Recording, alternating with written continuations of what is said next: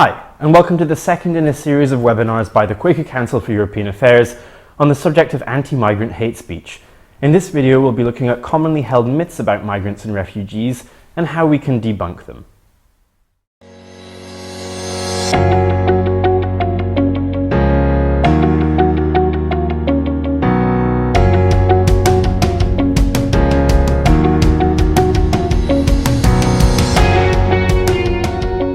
In the last video, we learned about why hate speech matters, why it's important as a society that we tackle it, and what's being done by both policymakers and internet companies to do just that.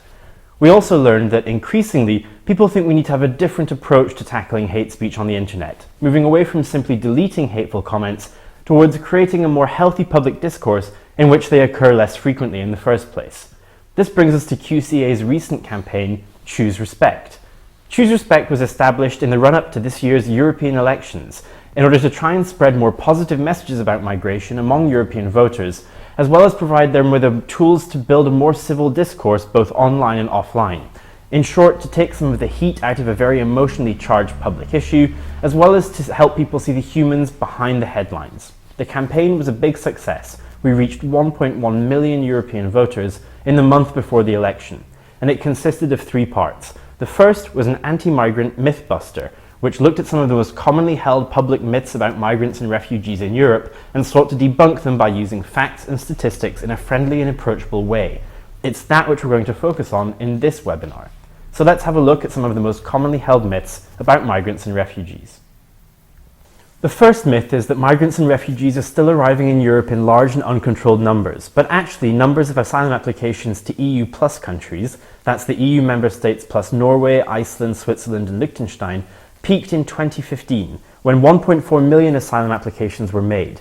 Even then, more than half of those were from nationals of Syria and Iraq, who were fleeing war and political instability in their respective countries. Since then, asylum applications have fallen to back below 2014 levels, when 600,000 applications were made. What's more, nearly 9% of applicants last year were repeat applications, meaning that the actual numbers of people seeking to reach Europe has decreased even further than the figures would suggest. But instead of asking about how many people are coming, maybe the real question is to ask, what is Europe doing to tackle the root causes of migration, such as war, instability, and humanitarian troubles, which cause people to flee in the first place? Numbers are going down, but the problems that cause people to flee still remain. Maybe Europe should be thinking about how it can tackle those more effectively. The second myth is that non-European countries aren't playing their part in helping to share the responsibility of welcoming refugees who are fleeing conflict. But actually, since 2014, over 4 million Syrians have fled their country and the conflict that's going on there, although only 6% have asked for asylum in Europe.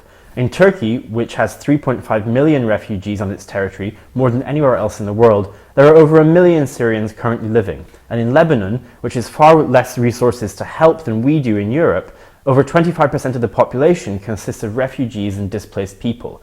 Even in European countries which are perceived to have taken a large number of refugees, such as Germany and Sweden, the number of displaced people there represents still less than 1% of the total population.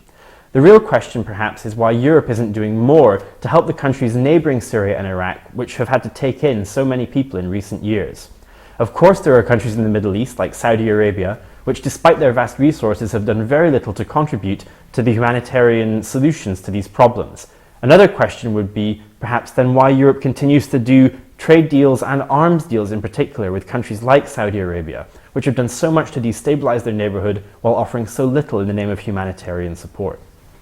The third myth that we often hear is that Europe's border controls are too lax and it's too easy for people to cross the border into Europe without necessarily obeying all the legal procedures. But actually, walls are more and more in fashion, both here in Europe and around the world, and it's becoming incredibly difficult to pass safely into Europe by land. The result of this isn't that fewer people are coming, simply that more and more people are being pushed into the arms of people smugglers who have little care for the lives of the people who are desperate to flee their home countries. In particular, many people are being forced to Libya, where they wait in unsafe and perilous conditions to get into unsafe boats and risk crossing the Mediterranean with their children, potentially losing their lives in the process. This is becoming an increasing phenomenon, and the result is that despite the fact that numbers of people coming to Europe have decreased, the number of drownings in the Mediterranean of refugees and migrants has gone up by over 300% in the past 2 years. In short, building more walls and more barriers doesn't stop people fleeing their countries. and it doesn't tackle the root causes such as war and insecurity which caused them to leave in the first place. Instead, it pushes them into the arms of people who are there to make money off of their tragic situation, with equally tragic consequences. We should be asking what we can do to tackle the root causes of conflict and instability which cause people to flee in the first place, not simply blocking them at the borders with tragic consequences. The fourth myth that we're going to look at is that the EU is imposing mass migration on its member states, possibly as some kind of globalist plot. This couldn't be further from the truth. It's very often to hear news articles about bureaucrats in Brussels imposing policy centrally on unwilling member states. But at least in the case of migration, this simply isn't true and is to misunderstand how the EU works.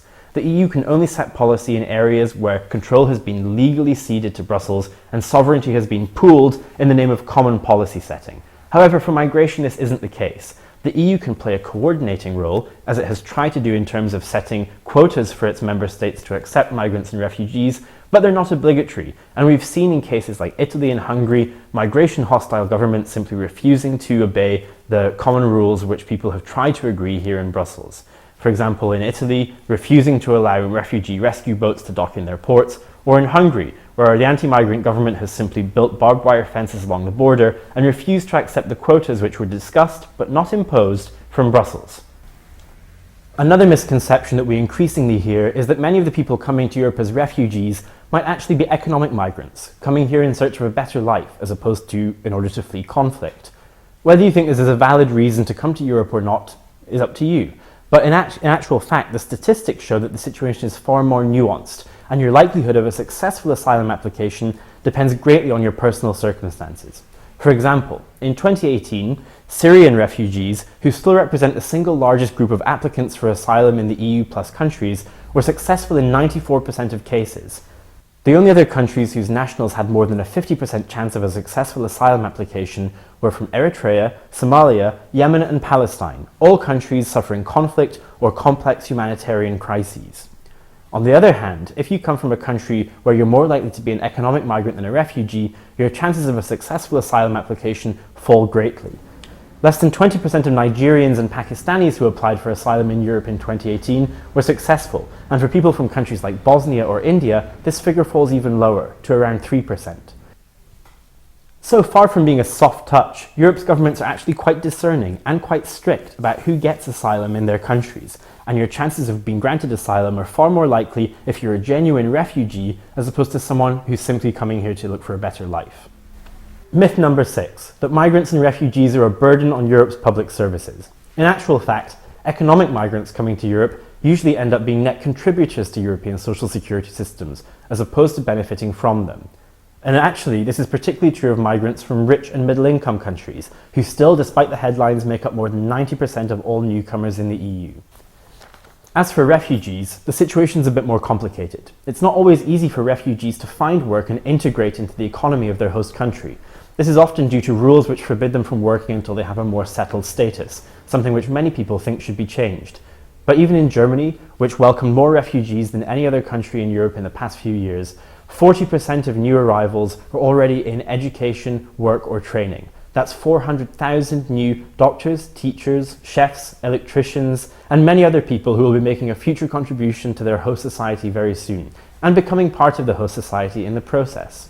If Germany can do it, all European countries can. And as Europe's healthcare costs rise and its population ages, we're going to need the new labour force which these people represent. Instead of thinking about how much they cost us in the short term, maybe we should be thinking about how much refugees and migrants will be able to contribute to Europe's societies in the future, if we let them.